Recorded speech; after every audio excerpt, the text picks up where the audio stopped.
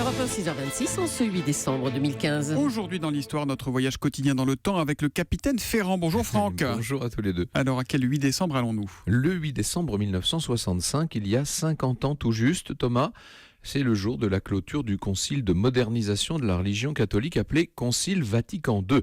Voici comment le pape Paul VI a conclu ce grand rendez-vous sur le parvis de la basilique Saint-Pierre. Je le cite, nous nous quittons pour aller vers le monde d'aujourd'hui avec ses misères, ses douleurs, ses péchés, mais aussi ses prodigieuses réussites, ses valeurs et ses vertus. Et il avait commencé quand ce concile, Franck ? 3 ans plus tôt, le 11 octobre 62, le pape d'alors s'appelait Jean XXIII.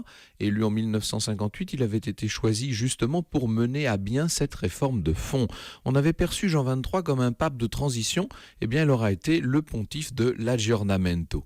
Il faut dire que l'Église apparaissait de plus en plus comme une institution en décalage avec la société. Le Vatican, depuis longtemps, réfléchissait aux moyens de la reconnecter, si l'on peut dire, au monde réel.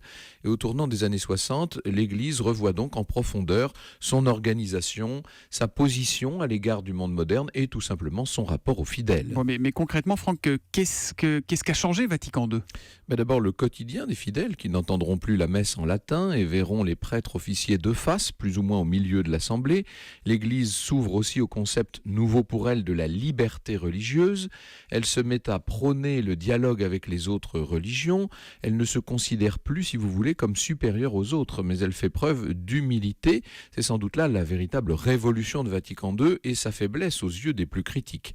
Certains membres de l'Église très minoritaires vont du reste refuser tous ces changements et créer des groupes dissidents catholiques comme celui en France de Monseigneur Lefebvre, mais enfin ça c'est une autre histoire. Voilà, le pape qui est dans l'actualité aujourd'hui encore, puisque François inaugurera tout à l'heure, en ouvrant la porte sainte de la basilique Saint-Pierre, le jubilé de la miséricorde. L'histoire, on la retrouve tout à l'heure. Vous nous parlerez de quoi à 14h ? On analysera ensemble le grand tableau de David qui représente le sacre de Napoléon. Rendez-vous au cœur de l'histoire, donc, à 14h sur Europe 1. Merci Franck. Bonne journée. Europe 1, 6h28, dans un instant, le journal de Michel Grossior.